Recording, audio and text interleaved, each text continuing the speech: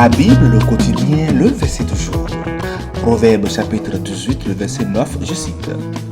Celui qui se relâche dans son travail est frère de celui qui détruit. Fin de citation, glorifions le Seigneur.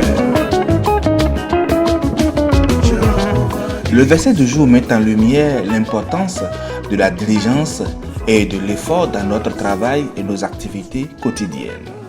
Bien-aimés, le verset commence par déclarer que celui qui se relâche dans son travail, et cette partie du verset souligne le comportement négligent ou paresseux. Cela peut inclure les attitudes telles que le manque d'effort, la procrastination, la négligence des détails et le manque de persévérance dans les tâches. Ensuite, l'autre partie du verset est frère de celui qui détruit. Cette deuxième partie met en avant la conséquence de la négligence, de la paresse. Elle compare la personne paresseuse à quelqu'un qui participe à la destruction. Cela ne signifie pas nécessairement qu'elle détruit physiquement, mais que ses actions ou son comportement d'action peuvent avoir des conséquences négatives. Par exemple, le fait de ne pas accomplir ses tâches au travail peut entraîner une perte de productivité, des opportunités manquées ou des problèmes non résolus, ce qui peut être comparable à la destruction dans ces contextes. Donc le message de ce verset est clair. La diligence est une vertu précieuse tandis que la négligence peut avoir des conséquences nuisibles. Chers amis, en science, on nous a appris que la première loi de Newton dit qu'un objet en mouvement a tendance à rester en mouvement et qu'un objet immobile a tendance à rester immobile. Mais cette loi ne s'applique pas qu'aux objets, mais aux personnes aussi.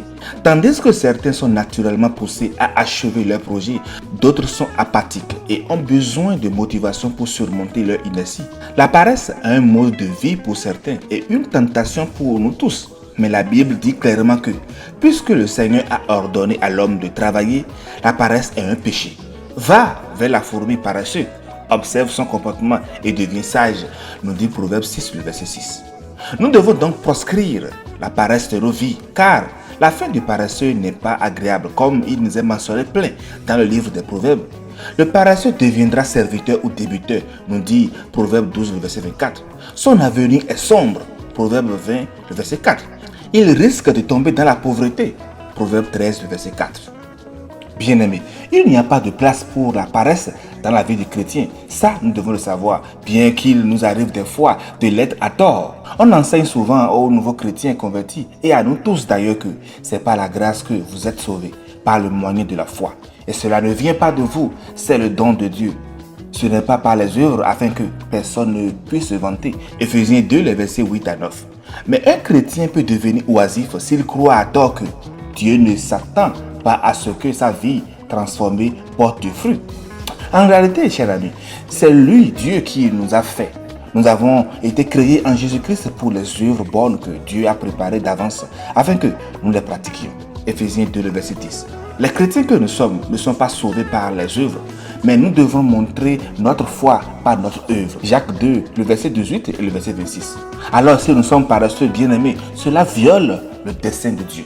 Le Seigneur donne cependant aux chrétiens la force de surmonter notre tendance naturelle à la paresse en nous donnant une nouvelle nature. 2 Corinthiens 5, le verset 17. Cette nouvelle nature nous motive à travailler et à être productifs par amour pour notre Sauveur qui nous a rachetés.